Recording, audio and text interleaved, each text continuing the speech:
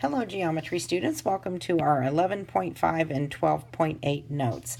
So I want to start by taking a look at a couple of similar polygons, and we're going to be talking about the ratio of the areas of those similar polygons, but let's start first by reviewing scale factor. Remember, scale factor would be the ratio of any two corresponding sides. So let's take the ratio of this side that measures 2 meters to this side that measures 10 meters. So we could write our scale factor as 2 over 10, which that reduces to 1 over 5. Okay, now the next thing I want to look at is the ratio of the perimeters. So the perimeter of this smaller polygon would be 2 plus 3 plus 2 plus 3, that would be 10. And then the ratio of the larger polygon would be 50. And that will reduce to 1/5. So I want you to notice that the ratio of the perimeters, we got the same ratio once we reduced it as the ratio of any two corresponding sides, in other words, a scale factor. The next thing I want to look at is the ratio of the areas. Now these are rectangles, so the area of this rectangle would be 2 times 3 or 6. So that would be 6, and then the area of the larger rectangle would be 10 times 15, which is 150, and then 6 over 150 will reduce to 1 over 25. So what I want to do now is compare that ratio to the ratio of the scale factor. The scale factor was 1 to 5. Now if we take both the numerator and the denominator and square them, we would get 1 over 25. And what we're going to find out is that's going to be the case in general. So in other words, in general, if two similar polygons have a scale factor of A to B, then the ratio of their perimeters will also be A to B. Okay, so the ratio of the perimeters will reduce to the same fraction or the same ratio as the ratio of any two corresponding sides. And finally, the ratio of their areas is going to be A squared to B squared. A squared to B squared. Okay, so let's use that fact to do a couple of examples here.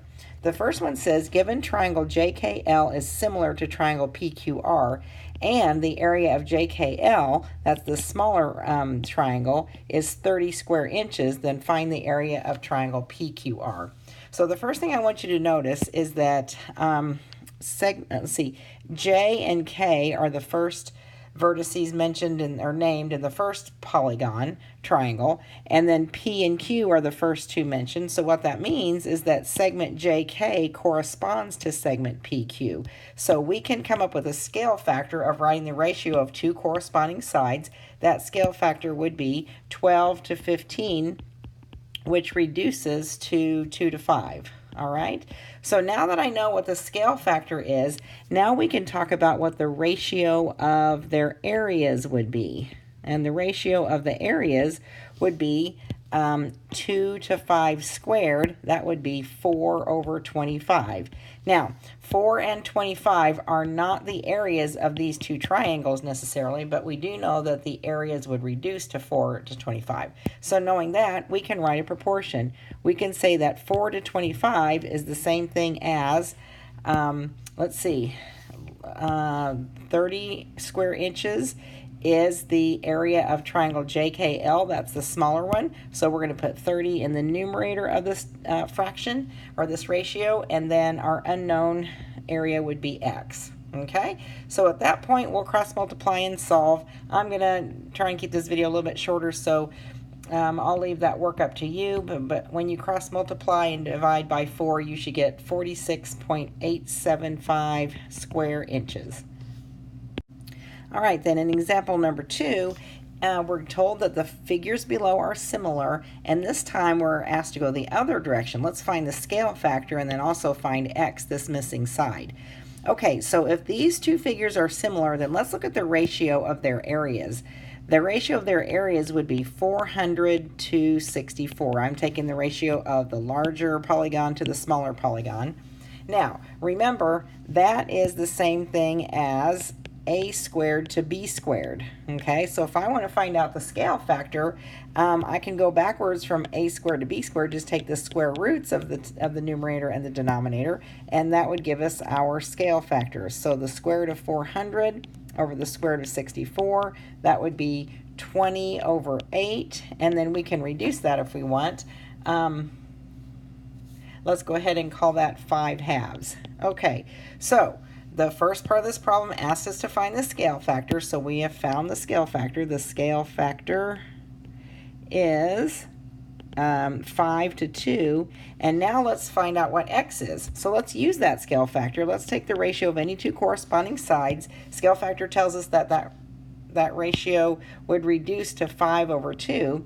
So let's compare that to 40 over x. Okay, so in other words, the scale factor large to small, 5 to 2, is the same as the ratio of any two corresponding sides, so that would be 40 to x.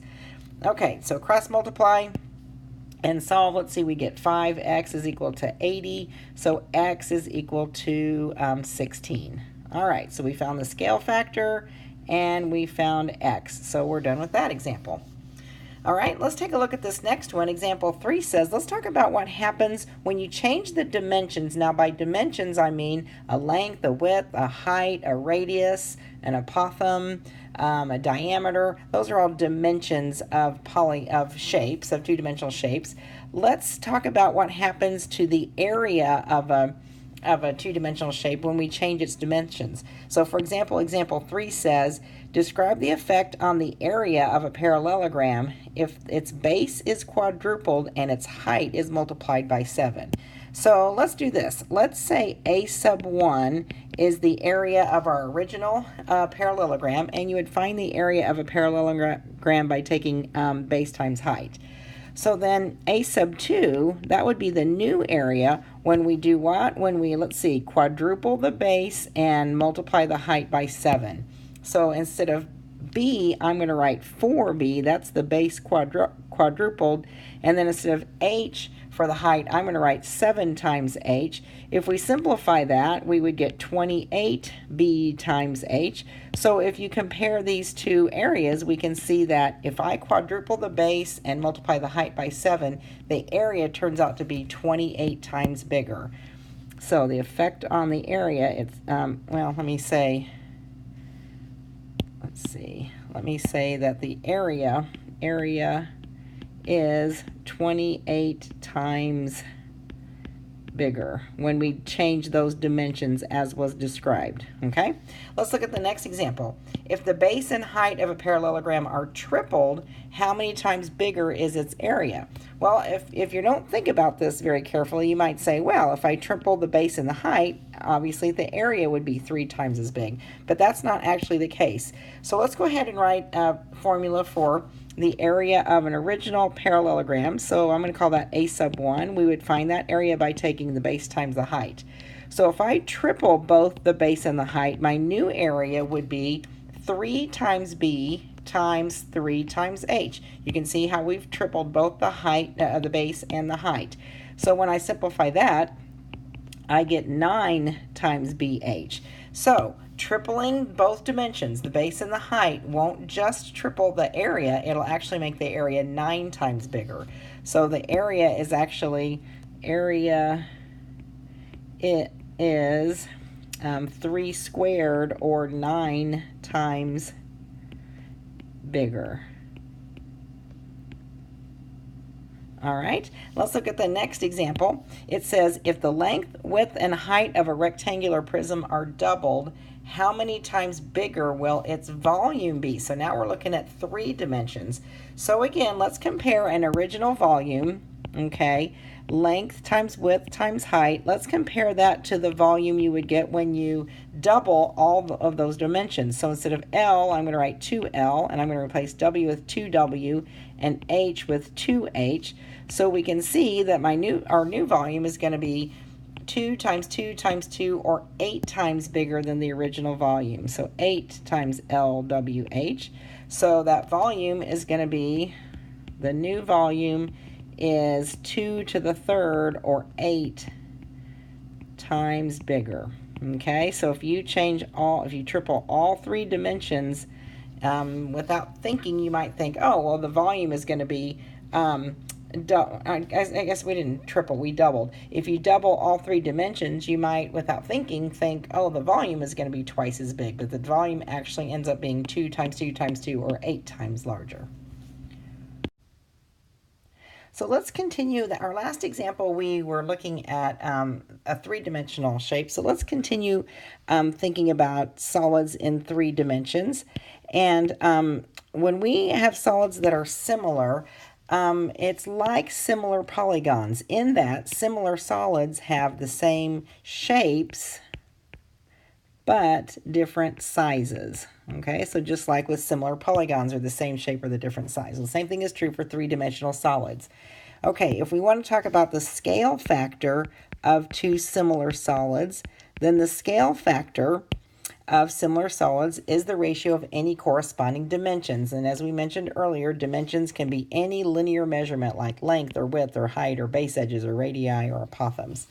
Okay, so if 2 similar solids have a scale factor of A to B, okay, then the ratio of their surface areas is going to be A squared to B squared, and so you probably aren't surprised then that the ratio of their volumes would be A cubed to B cubed, okay?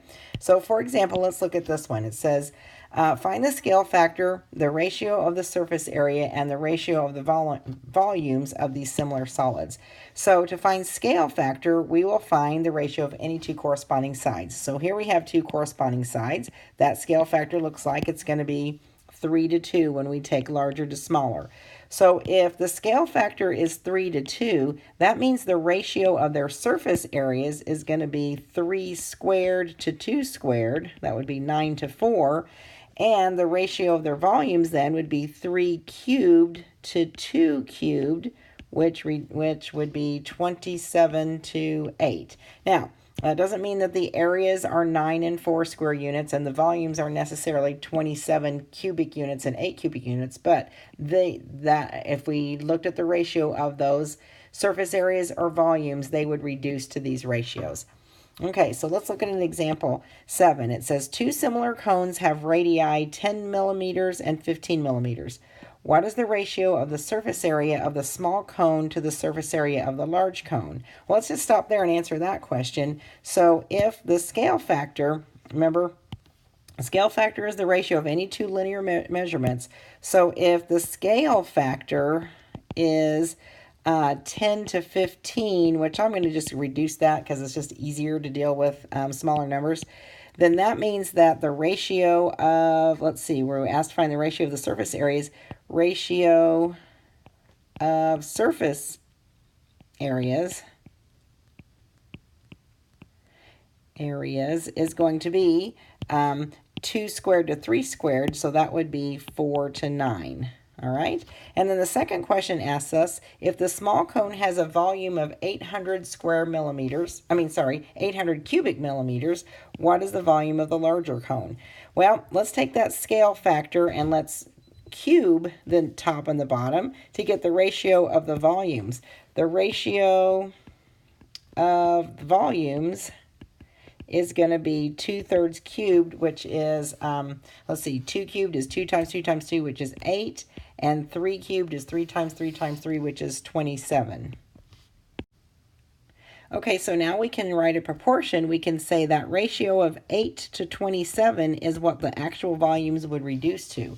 So the smaller cone has a volume of 800, so I'm going to put that in the numerator of this ratio, and then our unknown volume we'll put in the denominator. So notice, be consistent. If you go small to large in one ratio, make sure you go small to large in the other ratio. Okay, so if we were to cross multiply then and solve, I'll leave that up to you. We would end up with 2,700 millimeters cubed would be the volume of the larger of the 2 solids. The next example says 2 similar prisms have surface areas of 81 square centimeters and 64 square centimeters.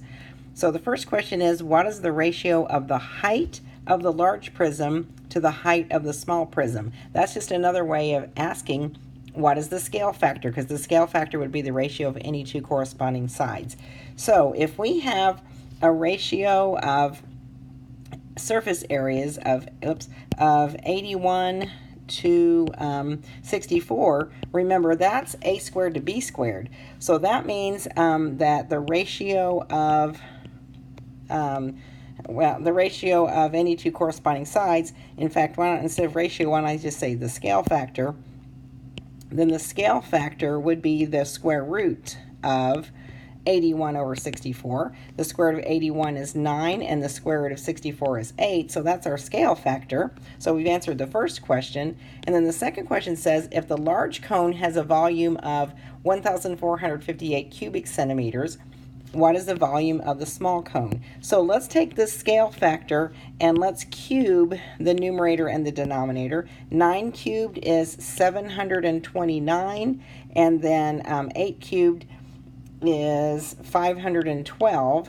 Okay, so if this is the scale factor a to b, then this is the ratio of volumes a cubed to b cubed. Let me just write down what that is. Ratio of the volumes, okay, is 729 to 512. That's what they would reduce to, so we can use that ratio to write a proportion. So let's set that equal to the ratio of, now we're told that the larger cone has a volume of 1,458 cubic centimeters, so we want to put that in the denominator. Oh, no we don't, sorry.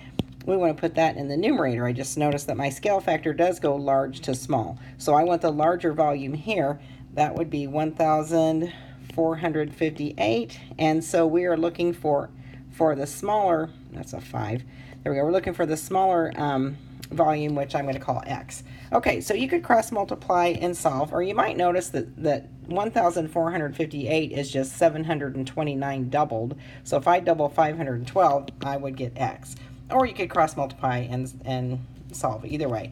But when you do, you should get that x is equal to 1,024, and that would be centimeters cubed. All right, and then one more example. This one says, the containers below are similar. Find the height h of the smaller container. Okay, so we can see the larger one has a height of 10. We need to find the smaller one. So let's start with these volumes, 270 pi and 640 pi. So I'm going to write down the ratio of their volumes. So the ratio of volumes is 270 pi to 640 pi. Now this will reduce quite a bit. We can cancel the x's, we can cancel a couple of zeros, so we would get 27 over 64. So that's just the ratio of their volumes reduced, so that's equal to 27 over 64. All right, so now from that, I can find the scale factor. Okay, the scale factor will be the ratio of any two corresponding sides. So our scale factor is going to be the cubed root of 27 over 64. Well, the cubed root of 27 is 3, because 3 times 3 times 3 is 27. And the cubed root of 64 is 4, because 4 times 4 times 4 is 64. So the scale factor is 3 to 4. That's the same as the ratio of any two corresponding sides. So I can take 3 over 4 and set that equal to h over 10 and use that then to find the height of the smaller cone. So when we cross multiply, we get 4h is equal to 30, and divide both sides by 4, and h turns out to be 7.5, and our unit is inches. All right, so that does it for our video. If you have any questions, be sure and see me or ask me in class, and we'll be doing some practice problems over this when I see you in class. I will see you soon.